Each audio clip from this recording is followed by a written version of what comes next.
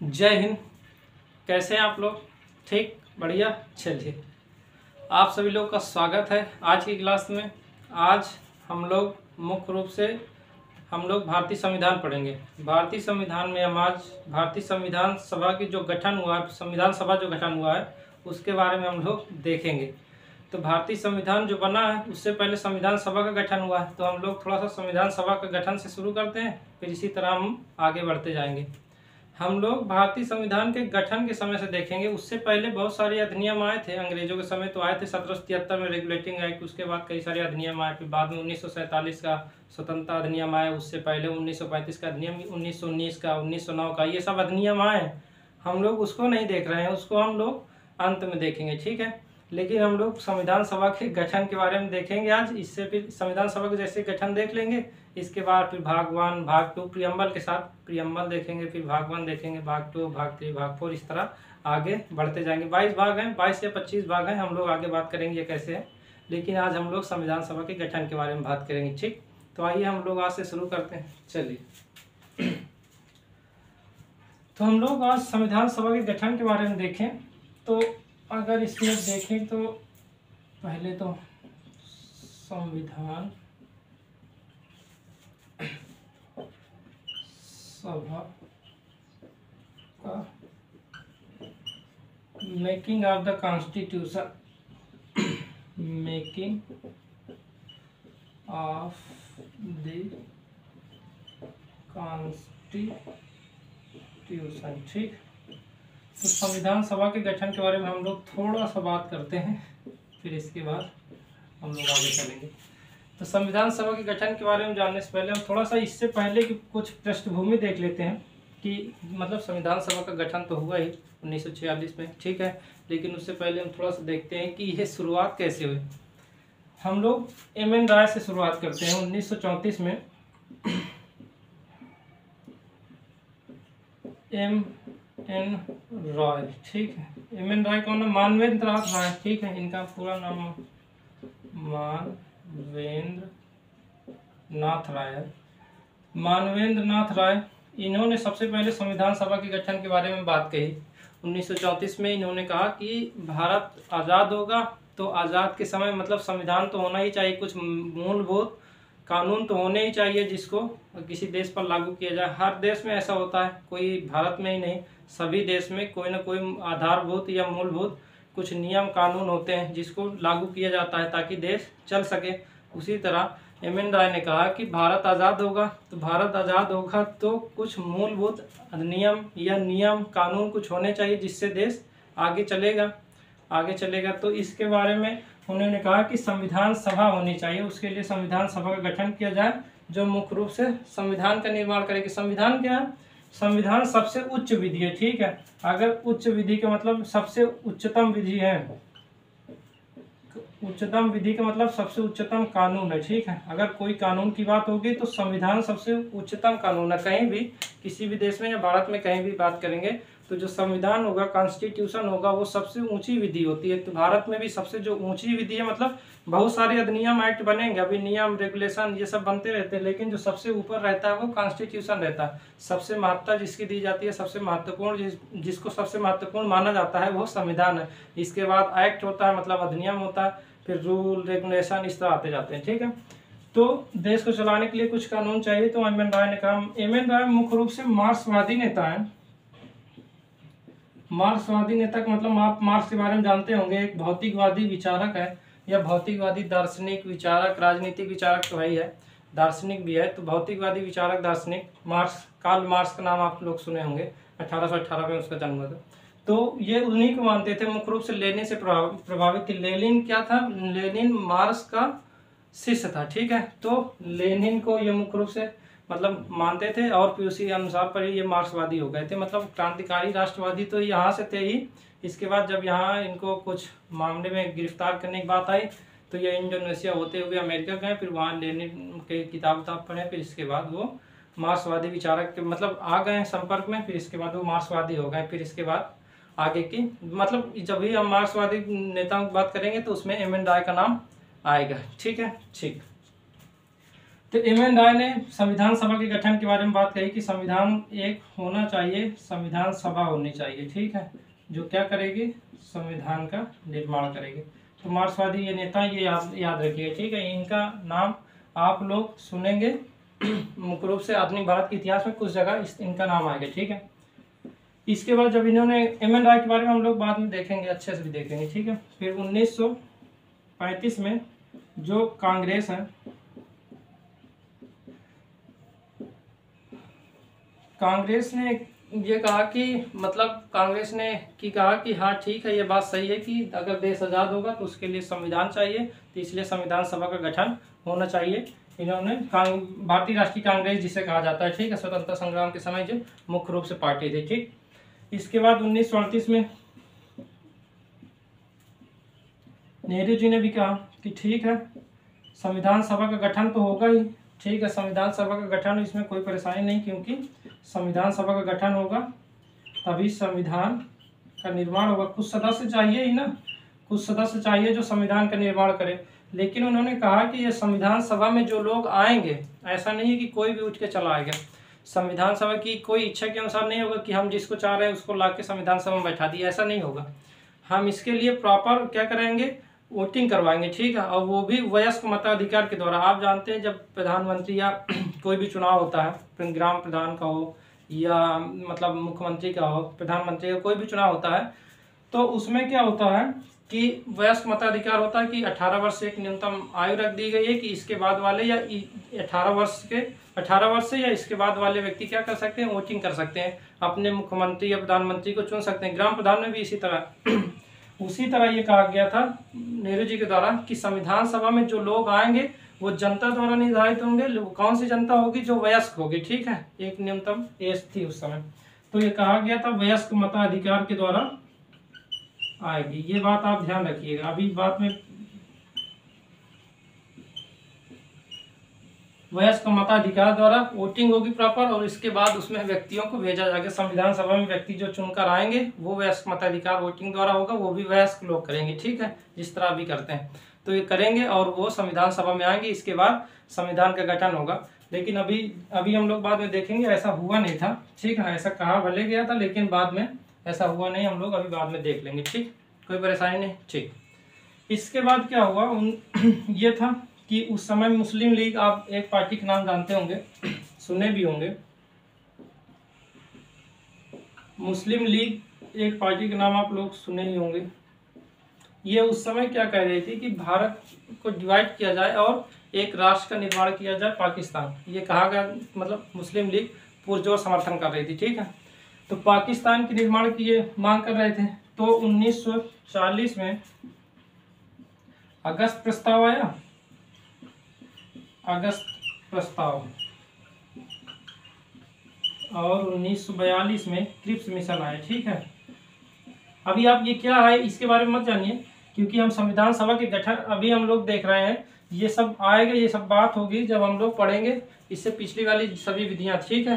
विधि का मतलब जो भी हम 1773 से रेगुलेटिंग एक्ट शुरू करेंगे उसमें ये सारी बातें आएंगी, अगस्त प्रस्ताव, क्रिप्स मिशन, ये सारी बातें आएंगी, ठीक है। चूंकि पृष्ठभूमि बनाना जरूरी है इसलिए हम लोग इसको देख रहे हैं, ठीक है।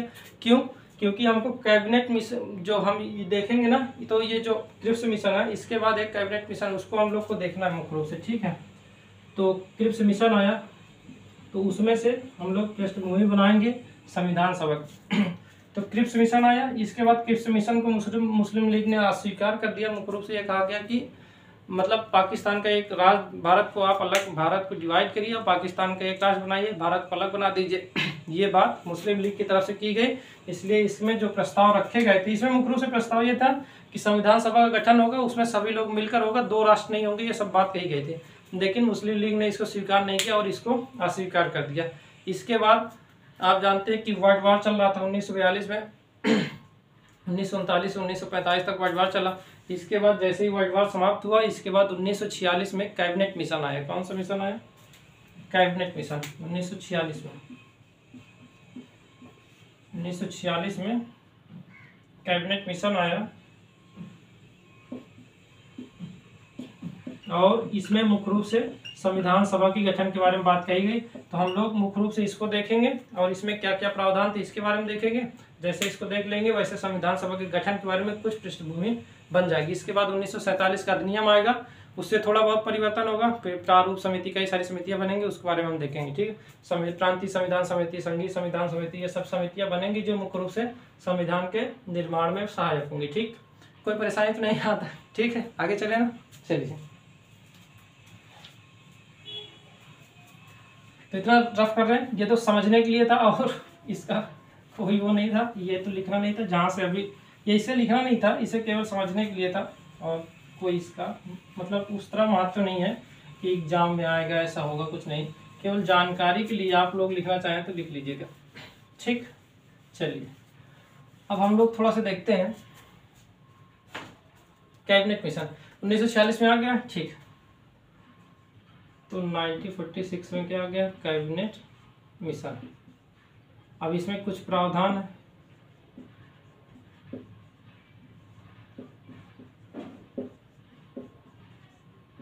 इसमें कुछ प्रावधान है, उन प्रावधानों को थोड़ा सा देख लेते हैं।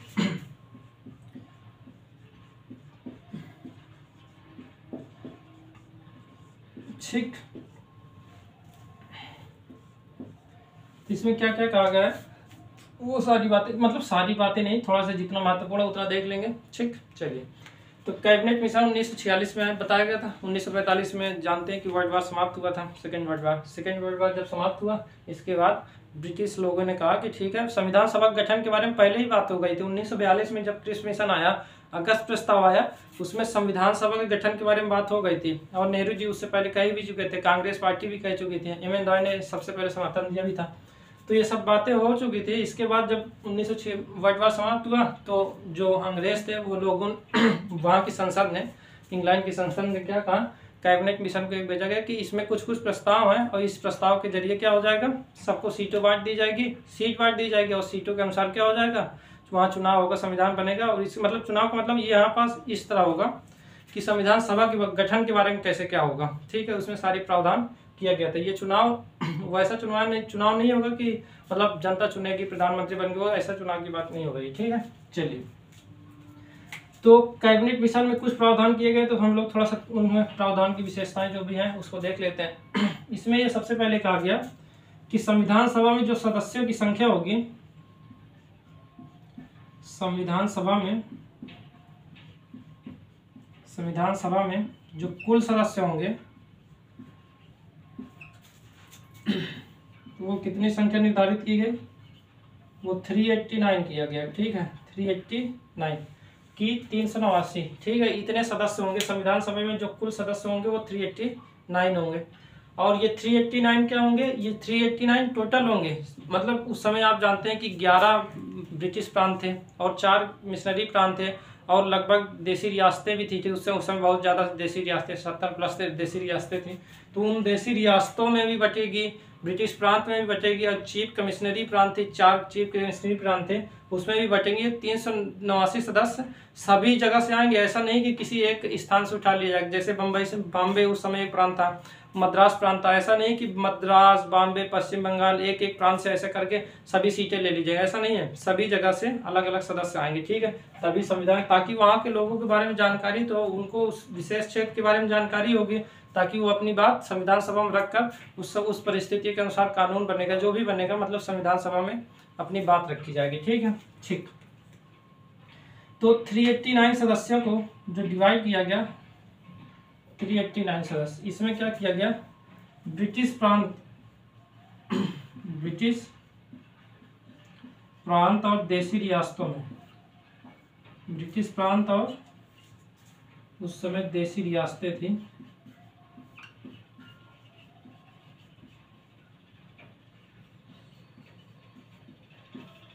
देसी रियासतें। अभी ये क्या होता, तो हम लोग थोड़ा सा जान लेते हैं। थोड़ा सा ब्रिटिश प्रांत क्या रहता था, ब्रिटिश प्रांत में इसमें 2 भाग है, थोड़ा सा उसको देख लेते हैं। एक है गवर्नर वाला प्रांत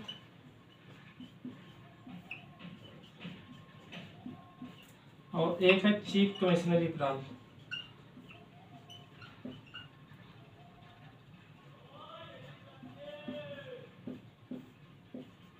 चीफ कमिश्नरी प्रांत। ठीक है, तो ये ब्रिटिश प्रांत क्या रहते थे, ब्रिटिश प्रांत में जो गवर्नर प्रांत हुआ करते थे, वहाँ जो ब्रिटिश सरकार थे, जो उस समय लॉर्ड मतलब जो भी वायसराय रहा करते थे, वहाँ गवर्नर कुछ प्रांत डिवाइड कर दिया गया था, वहाँ गवर्नर के माध्यम से क्या किया करते थे, शासन करते थे, तो उसे गवर्नर प्रांत या ब्रिटिश प्रांत के अंदर ही क्या था, गवर्नर प्रांत थे। चीफ कमिश्नरी प्रांत था, यहाँ पास कोई मतलब यहाँ पास कोई गवर्नर नियुक्त नहीं किया जाता था, लेकिन वो सीधे केन के अधीन हुआ करते थे, ठीक है, जो वायसराय हुआ करता था उसके अधीन वो चारों प्रांत हुआ करते थे। जैसे दिल्ली हो गया, अजमेर हो गया, ये सभी क्या थे, चार प्रांत थे, दिल्ली, अजमेर, मारवाड़ा और कुर्ग और बलूचिस्तान। कुर्ग और बलूचिस्तान एक है, ठीक है, तो उसमें मतलब दो क्षेत्र हैं लेकिन एक ही साथ है। तो वो सभी क्या करते थे, ये चारों प्रांत में सीधे शासन हुआ करता था, लेकिन जो ये गवर्नर प्रांत है, यहाँ गवर्नरों के माध्यम से शासन हुआ करता था, ठीक। और देशी रियासतें क्या थी, देशी रियासतें वे रियासतें थी जो अधीन तो ब्रिटिश साम्राज्य के अंतर्गत है, ये अधीन है ब्रिटिश के, लेकिन यहाँ पास राजा शासन किया करते थे, ठीक है। उस समय जो वहाँ के प्रमुख हुआ करते थे, जो रियासत के प्रमुख हुआ करते थे, मुख्य रूप से राजा महाराजा जो भी हुआ करते थे, वो लोग शासन करते थे, लेकिन वो अधीन हुआ करते थे ब्रिटिश प्रांत के, ठीक है। यहाँ पास ब्रिटिश प्रांत में वायसराय यहाँ ना गवर्नर रखता था, ना तो सीधा शासन करता था, वहाँ राजा के माध्यम से शासन करता था, ठीक है, ये मानिए। और ये देशी रियासत में जो राजा रहते थे, ये स्वतंत्र नहीं रहते थे, ये स्वतंत्र नहीं रहते थे, वो ब्रिटिश या वायसराय या अंग्रेज के अधीन हुआ करते थे, ठीक है। देशी रियासतें समझ में आ गया, ठीक। तो 389 में 296 सीटें दी गई ब्रिटिश प्रांत को, 296 सीटें किसको दी गई, ब्रिटिश प्रांत को, और 93 सीटें दे दी गई देशी रियासतों को, ठीक है। देशी रियासतों उस समय गवर्नर प्रांत कितने थे, इस समय आप जानते हैं 11 प्रांत थे, 11 प्रांत, ये तो आप बहुत बार सुने होंगे, और ये 4 प्रांत है। तो यहाँ पर जो सीटें बंटवारा किया गया, ये 292 सीटें यहाँ दी गई और 4 सीटें यहाँ दे दी गई, एक एक सीटें, 4 प्रांत है, मतलब 4 प्रांत है, चाहे चीफ कमिश्नरी प्रांत 4 है, तो चारों प्रांत में एक एक सीटें दे दी गई, और 292 सीटें किसको दी गई, गवर्नर प्रांत, जो ब्रिटिश के मतलब यहाँ गवर्नर के माध्यम से शासन हुआ करता था, ठीक है, ठीक। तो 93 सीटें इसको दिए गए, 296 सीटें इनको दे दी गई। पहला प्रावधान ये था, कोई परेशानी तो नहीं, समझ में है, ठीक, साफ कर देना, कोई परेशानी नहीं है, ठीक। देखिए अब दूसरा प्रावधान क्या है, सीटों का बंटवारा हुआ, अब किस प्रांत को, अब मान लीजिए आप जानते हैं 11 प्रांत है, 11 प्रांत में 296 सीटें दी गई। अब 296 सीटें ऐसा नहीं कि एक ही प्रांत को दे दी गई, उसमें 11 प्रांत है, तो किस प्रांत से कितने सदस्य आएंगे, इसका बंटवारा तो होगा ही। ऐसा नहीं है कि कोई भी रैंडमली उठा लिया जाए, मतलब यादृच्छा ही कहा गया कि यहाँ से 10 सदस्य आएंगे, वहाँ 20 सदस्य आएंगे, ऐसा तो कर नहीं सकते, कुछ आधार तो बनाया जाएगा। तो उस आधार को हम लोग देख लेते हैं। तो ये कहा गया कि मुख्य रूप से 10 लाख पर ये कहा गया कि जो ब्रिटिश प्रांत होंगे, कहा गया 10 लाख सदस्यों पर एक सीटों का बंटवारा किया जाएगा, 10 लाख एक सीटों का बंटवारा, ठीक है, एक सीट का निर्धारण, एक सीट का निर्धारण लिख लीजिए, ठीक है। 10 लाख सदस्यों में से 10 लाख सदस्य का मतलब हो गया कि उस प्रांत में मान लेते हैं कि 20 लाख सदस्य हैं, तो 20 लाख सदस्य का मतलब हो गया कि उस प्रांत को 2 सीटें मिलेंगी। अगर 50 लाख है तो 5 सीटें मिलेंगी, क्योंकि 10 लाख पर एक सीट देने के ये कहा गया कि अगर प्रांत में 1 करोड़ लोग हैं तो आप बताइए 10 सीटें मिल जाएंगी उनको, क्योंकि 10 लाख पर एक सीट है तो 1 करोड़ मतलब 100 लाख हो गया, तो उस पर उस पर क्या होगा, 10 सीटें मिलेंगी। तो 10 लाख सदस्यों पर एक सीट देने का ये हुआ कि 10 लाख सदस्य होंगे उस पर। मुख्य रूप से ये लगभग में, ऐसा नहीं है कि 10 लाख एकदम, ये लगभग में रहेगा, ठीक है, लगभग में रहेगा कि 10 लाख सदस्यों पर एक सीटों का निर्धारण किया जाएगा, ठीक है, कोई परेशानी नहीं, ठीक। अब तीसरा, 10 लाख सदस्यों पर एक सीट है, ये आप याद रखिएगा। तीसरा ये है क्योंकि अब ये आधार बन गया, 10 लाख सदस्यों पर एक सीट दिया जाएगा, अब ये आधार बन गया ना। ऐसा नहीं है कि कहीं 5 लाख सदस्य ही हैं, वहाँ सॉरी वहाँ से 10 सदस्य ले रहे हैं, मतलब संविधान सभा के लिए 10 सदस्यों को वहाँ पर से चुनाव कर लिया जा रहा है, ऐसा तो होगा नहीं। अब ये कह गया कि सामान्य रूप से जहाँ पास 10 लाख सीट पर एक सदस्य चाहिए तो उसी अनुसार सीटों का बंटवारा कर दिया जाएगा, क्योंकि 11 प्रांत हैं, आप जानिए कि 11 प्रांत हैं, अब 11 प्रांत पे 296 सीटें का बंटवारा करना है, तो कोई ना कोई आधार तो होना चाहिए कि ताकि सभी प्रांत, ऐसा ना हो कि कुछ प्रांत कहें कि हमको इतनी सीटें चाहिए, तो कुछ आधार होना चाहिए, तो उसके आधार पर दिया गया। ठीक, कोई परेशानी नहीं। ठीक, तीसरे में ये कहा दिया गया कि अब ये बताइए किसी भी प्रांत में उस समय सिख भी रहते थे, मुस्लिम भी रहते थे, हिंदू भी रहते थे, कई सारे सदस्य रहते थे, और प्रांतीय असेंबलियां हुआ करती थी। आप जानते हैं कि जैसे चुनाव अभी होता है विधानसभा का, तो ये प्रांत का चुनाव हो गया, इसके बाद देश का चुनाव होता है जिसमें राज्यसभा लोकसभा होती है, तो लोकसभा और यहाँ विधानसभा। तो विधानसभा को आप मान लीजिए प्रांतीय असेंबली आई, यहाँ पास भी क्या होते थे, सदस्य चुनकर वहाँ पास उस समय जाते थे प्रांतीय असेंबलियों में। तो प्रांतीय असेंबलियों में जब जाते थे, प्रांतीय असेंबली अभी हम लोग यहाँ लिखते हैं, ठीक है। तो ये कहा गया कि ब्रिटिश प्रांत में सीटों का बंटवारा 3 समुदाय में होगा। आप इसको याद रखिएगा,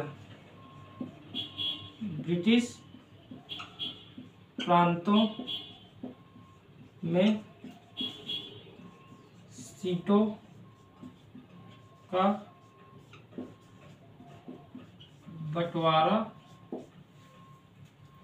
ब्रिटिश प्रांतों में जो सीटों का बंटवारा होगा वो क्या होगा, 3 समुदायों के मध्य होगा, 3 समुदायों के मध्य। ठीक है, कोई दिक्कत नहीं, कोई परेशानी नहीं है। ब्रिटिश प्रांतों में सीटों का बंटवारा 3 समुदायों के मध्य होगा। पहला तो एक समुदाय हो गया कि ये कहा गया कि सिखों के मध्य होगा, जो वहाँ पास सिख होंगे और जो मुस्लिम होंगे, और एक कैटेगरी किया गया था जनरल। जनरल का मतलब हो गया सामान्य, एक कर दिया गया था सामान्य, उसमें मुख्य रूप से आप जानते हैं हिंदू लोग आएंगे, ठीक है, हिंदू भी आएंगे और जो छोटे छोटे हैं वो सभी इसमें आएंगे। तो सामान्य एक वर्ग बनाया गया था, एक ही सिख हो गया, मुस्लिम, और एक तीसरा क्या किया गया था, जनरल किया गया था, सामान्य किया गया था। कहीं इन तीनों के मध्य क्या हो जाएगा, सीटों का बंटवारा हो जाएगा। ठीक है, और वो सीटों का बंटवारा कैसे होगा, 10 लाख सदस्यों पर एक सीटों का निर्धारण होगा, आवंटित की जाएंगी। ठीक है, कोई परेशानी नहीं, आगे चले ना। चलिए, कोई परेशानी हो तो आप लोग कमेंट करिएगा। ठीक, चलिए, अब क्या किया गया, अब आप जानते हैं कि सिख, मुस्लिम और सामान्य में बटेगा। ठीक है, तो अभी प्रांतीय असेंबली में तीनों समुदाय के सदस्य होंगे ना, तो अपने अपने सदस्य, जो भी अपने अपने समुदाय के सदस्य होंगे, अपने अपने समुदाय के प्रतिनिधियों का चुनाव करेंगे। तो उसको लिख लेते हैं,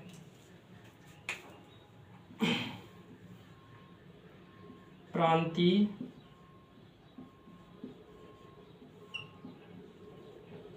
असेंबली में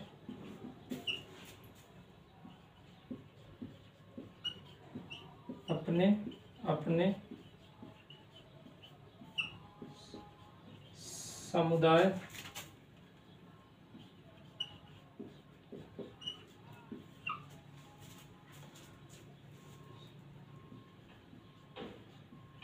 अपने अपने प्रतिनिधियों का चयन करेंगे। प्रतिनिधि का मतलब ये हो गया जो संविधान सभा में चुनकर भेजे जाएंगे। ठीक है, संविधान सभा में जो लोग, कुछ लोग चुने जाएंगे, तो उनकी बात हो रही है। तो अपने अपने प्रतिनिधियों का चुनाव करेंगे। ठीक है, इतना आप लिख।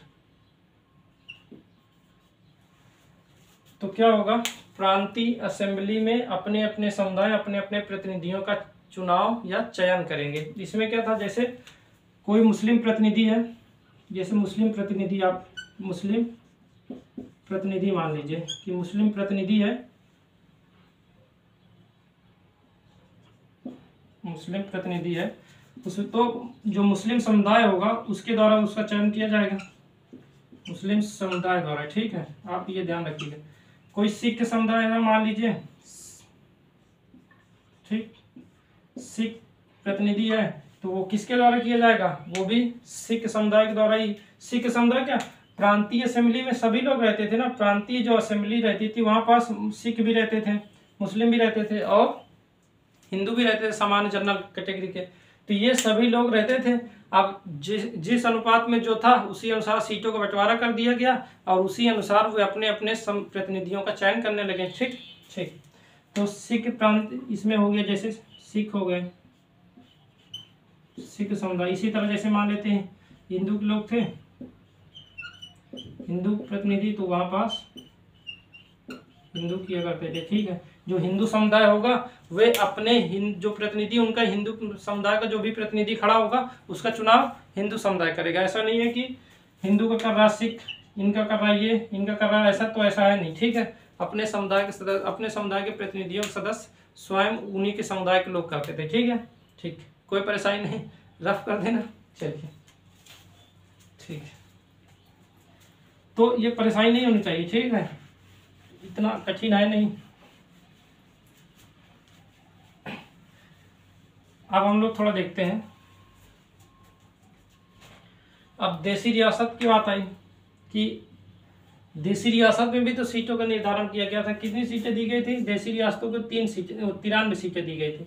अब ये 93 सीटें दी गई, तो यहाँ कैसे चयन करेंगे? तो कोई ना कोई आधार तो होगा कि कैसे, कौन चयन करेगा। जैसे यहाँ प्रांतीय असेंबली में 3 सदस्य थे, तो ये लोग अपने अपने प्रतिनिधियों का चयन कर लेते थे। लेकिन यहाँ क्या परेशानी है? तो यहाँ पास परेशानी ये थी कि कोई व्यक्ति नहीं करेगा, यहाँ करेगा उस प्रांतीय, वो जो देसी रियासत का जो प्रमुख होगा वो अपने प्रतिनिधि एक चुनकर भेजेगा। तो देसी रियासत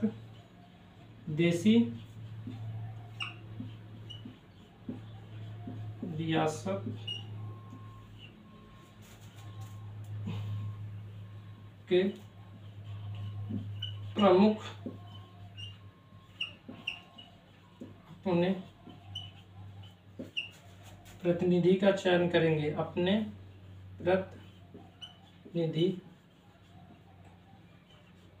प्रतिनिधियों लिख लीजिए। प्रतिनिधि का मतलब फिर से बता रहे हैं, प्रतिनिधि का मतलब वो हो गया जो उनका प्रतिनिधित्व करेगा, जो नेतृत्व करेगा उस राज्य का या उस प्रांत का, जो नेतृत्व करेगा। तो उस प्रांत का जो नेतृत्व करेगा उसको कहाँ भेजना है? उसको भेजना है संविधान सभा में भेजना है। ठीक है। क्यों? क्योंकि संविधान सभा में अलग अलग राज्य के अलग अलग हिस्से से लोग आएंगे, तो अपनी बात रखेंगे, उस क्षेत्र विशेष की समस्या को रखेंगे, उसी आधार पर कानून बनेगा। इस आधार के लिए ऐसे किया गया था। ठीक है। तो देसी रियासतों के प्रमुख अपने प्रतिनिधियों का चयन करेंगे। ठीक है। कोई परेशानी तो नहीं हुई यहाँ तक? ठीक। तो देसी रियासतों के प्रमुख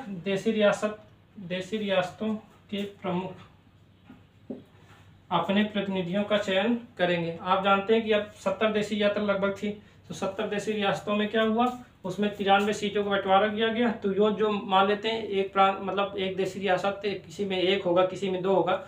जो बड़े देसी रियासत होंगे वहाँ 2 सीटें दे दी गई होंगी, जो छोटी रियासत होंगी वहाँ 1 सीटें दी गई। जैसे संयुक्त प्रांत, वहाँ ज़्यादा सीटें दी गई होंगी। अब आप मान लीजिए कोई छोटा सा प्रांत होगा तो वहाँ पास एक ही सीट दी गई होगी, तो वो अपने अपने प्रतिनिधियों का 1 हो या 2 हो, 3 हो, कोई होगा, तो वो वहाँ का प्रमुख जो होगा, उस देशी रियासत का जो प्रमुख होगा, तो वहाँ ऐसा होगा। ठीक है। ये मतलब संयुक्त प्रांत है, वहाँ देशी रियासत तो नहीं थी, वो ब्रिटिश प्रांत था, लेकिन वो उदाहरण के रूप में था। ठीक है। क्योंकि जो 11 ब्रिटिश प्रांतों में से संयुक्त प्रांत भी एक ब्रिटिश प्रांत था। ठीक है। ठीक। तो कोई परेशानी तो नहीं। तो कैबिनेट मिशन में ये बात कही गई, कोई परेशानी बिल्कुल नहीं। ठीक है। जब कैबिनेट मिशन में ये बात कही गई, लेकिन इसमें बहुत ना देसी रियासत सहमत हुआ, ना ही मुस्लिम लीग। ठीक है। कांग्रेस तो सहमत होगी, क्योंकि कांग्रेस तो पहले से समर्थन कर रही थी। मुस्लिम लीग इसलिए नहीं सहमत हुए, मुस्लिम लीग इसलिए सहमत नहीं हुई क्योंकि उनको अलग, मतलब भारत को डिवाइड करके एक अलग राष्ट्र बनाने के लिए वो चाह रहे थे कि पाकिस्तान बने, इसलिए वो इसमें सम्मिलित नहीं हुए। मतलब संविधान सभा में हम भी सम्मिलित नहीं होंगे। इसके बाद देसी रियासत क्यों सम्मिलित नहीं हुए? देसी रियासत के सदस्य भी सम्मिलित नहीं होंगे, देसी रियासत भी चुन के नहीं भेजेंगे। ठीक है। 389 में से केवल 211 ही सदस्य, जिस समय संविधान सभा बैठी थी, तो केवल 211 ही, 9 दिसंबर को 1946 में केवल 211 ही सदस्य थे। तो 211 सदस्य ही थे, इसका मतलब ये हुआ ना तो देसी रियासत भेजे थे और ना ही मुस्लिम लीग। अभी देखेंगे मुस्लिम लीग के लगभग 73 सीटें उनको भी मिली थी, लेकिन वो लोग नहीं भेजे थे। तो जब नहीं भेजे क्योंकि उनकी डिमांड दूसरी थी, और देसी रियासत इसलिए नहीं जाना चाह रहे थे क्योंकि वो चाह रहे थे कि हम क्या करेंगे, संविधान हम लोग शासन करेंगे, हम अपने अनुसार नियम बनाएंगे, कानून बनाएंगे। ये लोग वो पहले के अनुसार सोच रहे थे कि जिस समय मतलब उस समय मुगलों का समय हुआ था उससे पहले जिस तरह राजा रहते थे कि स्वतंत्र रूप से रहते थे, जो निर्णय लेते थे वो निर्णय लेंगे, स्वयं से कानून बनाएंगे, उस आधार पर रहता था। ऐसा नहीं है कि हम अब संविधान सभा गठन होगा और फिर इसके बाद हम लोग फिर बन जाएंगे, इसलिए वो लोग भी नहीं भेजे। लेकिन बाद में उनको समझ में आ गया कि अब वैसे नहीं चल पाएगा, इसलिए बाद में जब स्वतंत्रता अधिनियम आया उसके बाद बहुत सारे लोग इसमें शामिल होते गए। ठीक है, तो हम लोग उसके बारे में आगे देखेंगे, कोई दिक्कत नहीं। थोड़ा सा हम इसमें देख लेते हैं। सीटों में कुछ बंटवारा किया गया था, रफ कर रहे हैं आप लोग। इतना कैबिनेट मिशन में कभी अभी केवल इतना याद रखिएगा। अभी हम लोग इसमें देखेंगे महिलाओं को कुछ दिया गया था सीटें, SC ST ये सब जो सीटें दी गई थी ये कैबिनेट मिशन में किया गया था, लेकिन हम लोग उसकी अभी बात नहीं की है। ठीक है, उसकी हमें बात भी नहीं करेंगे, अभी करेंगे जब इसके बाद हम जब पहला पढ़ेंगे तो वहाँ कैबिनेट मिशन आएगा। तो हम लोग पहले मतलब जब हम रेगुलेटिंग एक्ट से हम लोग जब भारत स्वतंत्रता अधिनियम तक जब इस समय अधिनियम पढ़ेंगे तो उस समय बात होगी। ठीक है इसकी। ठीक, तो आप जानते हैं 389 में दिया गया था, उसमें जैसे मुस्लिमों को कुछ सीटें दी गई थी,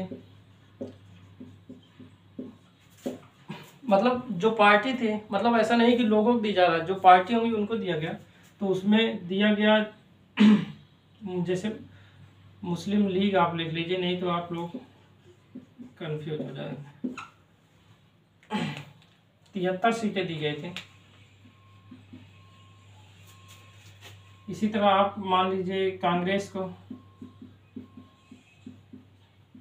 208 सीटें दी गई थी, देसी रियासत को दी ही गई थी। ठीक है, तो आप 389 टोटल सीटें थी, 208 ये है, 73 सीटें ये हैं, 7 1 8 2 281 सीटें ये हो गई। ठीक है, तो इसके बाद आप जानते हैं मुस्लिम, इसके बाद हो गया देसी रियासत को दी गई थी, देसी रियासतों को दिया गया था, 93 सीटें दी गई थी। ठीक है,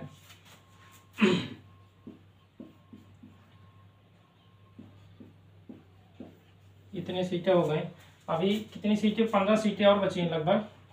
तो अन्य लोगों को भी दी गई, जो अन्य पार्टियां थी तो उनको लगभग 15 सीटें दे दी गई। तो इस तरह सीटों का बंटवारा किया गया था। इसमें मुस्लिमों को दिया गया था, SC ST को दिया जाएगा, तो वो अपने अनुसार देखेंगे कि वो लोग अपने अनुसार पहुंचाएंगे। ठीक है, इन दोनों में। ठीक, देसी रियासत तो अपने प्रमुख मतलब प्रमुख व्यवस्था था, तो वहाँ पास कोई बात ही नहीं था, लेकिन ये लोग सीटों का बंटवारा करेंगे। चूंकि मुस्लिम लीग सहमत ही नहीं होगा, लास्ट तक नहीं सहमत होगा, तो मुस्लिम लीग कभी शामिल ही नहीं होगी संविधान सभा, मतलब भारतीय संविधान सभा में कभी शामिल नहीं होगी।